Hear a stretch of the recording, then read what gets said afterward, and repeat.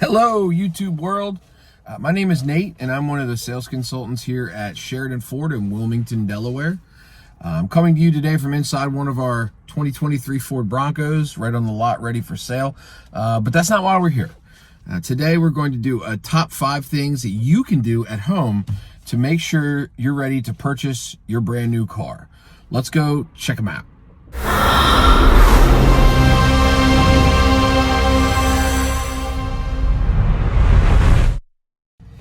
All right, I've got my little cheat sheet down here so I can keep track. But the number one most important thing you should do before buying a car is your research. There's a lot of reasons that people go online to research vehicles. Sometimes it's convenience, sometimes they're just looking for the best price. But there's all kinds of things you should research online, and a lot, comes into that. One of the main things I like to tell people is figure out what your budget is. Research that. What you feel you can afford. And we'll get into that a little bit more later, but just figure out, what you think you can afford. Also, what are your necessities, your must-haves in your car? What do you have to have, you cannot live without? Whether that be some certain safety features, or maybe, some type of like a sunroof or heated seats because you have a bad back. Could be anything. It's completely up to you, and you're the only person that can answer that. So make sure you decide what you need so you're ready when you go into the dealership. You know exactly what you're looking for. Also, research makes and models. Like, we're a Ford dealership, obviously. We do have some used cars that are not Ford, stuff that people trade, stuff we get from auctions, things like that. You don't necessarily have to buy a Ford from us. Like I'm saying, you could buy one of our beautiful pre-owned vehicles like a Jeep, or we have some Subarus, things like that. But just be ready to know exactly what you're looking for so the sales consultant can help you look for those types of vehicles that they feel may fit your needs. And don't be afraid to tell the sales consultant, this really doesn't work for me, or I'm not comfortable in this, because that's our main thing, is to exceed your goals and expectations. And we can't know those unless you tell us. So, be open, be vocal. Let us know what you want, exactly what you're looking for. And all that's done by researching before you come in. Number 2, the number 2 thing that you can have ready, tip to help buy a car, is get your insurance ready. Obviously, if you're driving now, you already have insurance, but if you're a first-time buyer, you may not have insurance, or you may be on your parents' policy.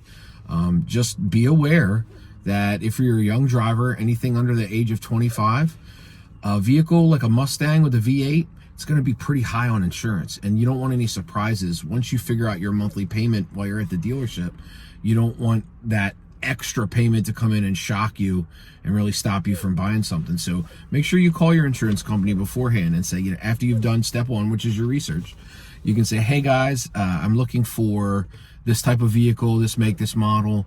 How do you think it's going to affect my insurance? And all your insurance companies will go over that with you. They'll tell you, well, it's got a big engine, so it's going to go up, or, it has this safety feature and that safety feature, because you've done your research. That's right. And you'll know what safety features the cars may come with. There may be some stuff in there that you don't know about that the sales consultant can help you with.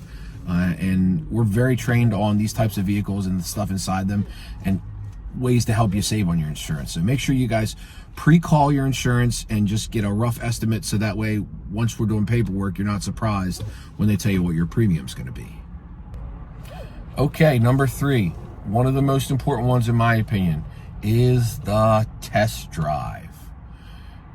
You do your research, you get your insurance ready, now you're ready to go into the dealership. Let's say you're looking at a Ford F-150. No problem. Let's say you've driven one that your buddy has, and you drove one a couple weeks ago. That's great, but you need to drive the one you're thinking about purchasing. And drive a couple other ones too. We as sales consultants do not mind when you want to drive several vehicles. The most important part is to be comfortable in the vehicle you're in. Because what I tell all my customers is, you could be under your budget with this vehicle, but if you're not comfortable in it and you hate the way it drives, there's no point. I was in traffic for 2 hours today on a 30-minute commute. Guess what? I was comfortable because I love my truck. You have to be the same way. You got to love what you're in. And with F-150s, for example, there are, I'm doing the math in my head, 6 or 7, off the top of my head, different engines. So your buddies might have a different engine than the one you're going to buy. Ford Escapes, for instance, have 2 engines. Bronco Sports have 2 engines. There's a lot that goes into these cars, and some of the seatings may be different. They may be more bolstered seats or captain's chair type, and you might not find that comfortable. Like I don't. That's why I'm not a huge fan of the Mustang seating sometimes. If they have the Recaro seatings, if they have regular seats, no problem. But it's personal preference. But we really, really, really recommend test driving what you're going to be in, because you have to be comfortable. There's no return policy. You can't just bring it back the next day and say, I don't like it anymore. Once you sign the papers, that's your car. You're an owner. We don't want that to happen. We want you to be comfortable. And we here at the dealership make sure you go through a perfect experience during your test drive, so you can see exactly what you're going to be driving when it's yours, the route you'd be taking, things like that. Don't be afraid to take an extended test drive. We are right on Kirkwood Highway, which is in Wilmington, Delaware. A lot of our customers want to take it up 141 and get on 95 and shoot up a couple exits and come back, because they take highway drives all day. That's fine. Also, sales consultants do not mind that. So don't be afraid to be vocal again and ask, can I take this down and put it on the highway? Can we take it to my house and see if it fits in my garage? I've done that so many times with so many people, and they love it, because a lot of people are like, well, we can't take it very far. No, you can't spend $50,000, $60,000, $70,000 and just drive it for 2 minutes. We're going to take it for as long as you need it. 99.9% of the time, the sales consultant's going to go with you, unless you're not comfortable doing that. And if that's okay, that's okay. If that's the case, just make sure you let them know. But again, don't be afraid to be vocal and let them know exactly what you're looking to do with that test drive. Take it for a few minutes. Take it down the road. Put it on 95. Put the pedal down. That's why it's there, to test it out. Step 4, the dreaded negotiation. We price our vehicles very competitively online. I can't speak for other dealerships, but I know, unfortunately, out there are some dealerships that are marked up way higher than they should be. They're trying to make their money. I get it. It's a business, but we're a small dealership here. We don't try to knock people over the head. We try to put our best foot forward by putting our best price online. Now, if you're not comfortable with that price, but it's close, there are negotiations, but I just want to let you guys know, never negotiate your monthly payment, okay? Always negotiate the price of the car, because your monthly payment's going to be what it's going to be. Mathematics is mathematics.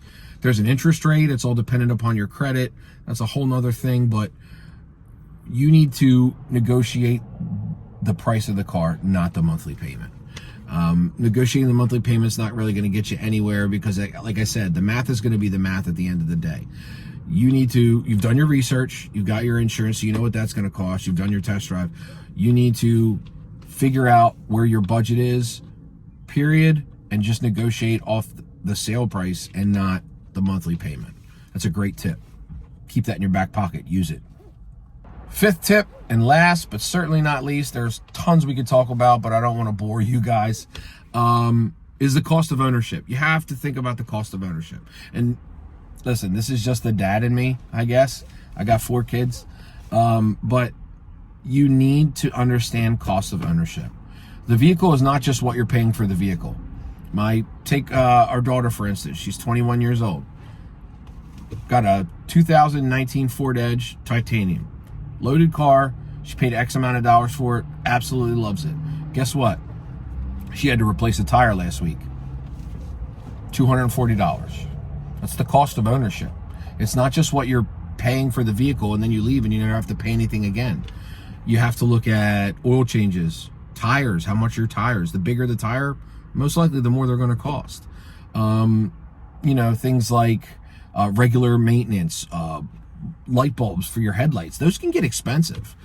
And that's something you need to think about. Now, Ford, Chevy, Dodge, Ram, GMC, things like that, they're going to be pretty normal service costs. But a lot of these other vehicles cost a lot more to fix.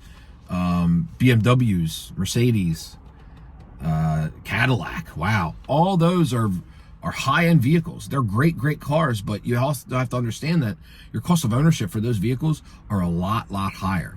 That's something that you really want to look into. So that way, your insurance is done, the car's bought, you're driving, and then, a year or so you might need something. You're like, wow, I never thought about that. Exactly. You blow a tire, guess what? You got to get a tire. You want to make sure that, on this Bronco, for instance, these are 33-inch, nice big tires, they're going to cost some money. If you have the Sasquatch package, they're 35-inch tires. If you get a Raptor with the 37 package, they're 37-inch tires. It just keeps going up and up and up. And you want to make sure that you're prepared for stuff like that. So don't just think about the cost. Make sure you think about the full cost of ownership, fuel, everything, all the maintenance you may have to do. That's something that's going to be really important down the line.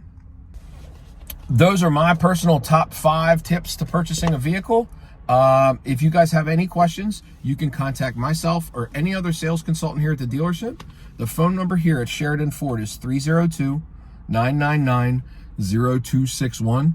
One more time, that's 302-999-0261.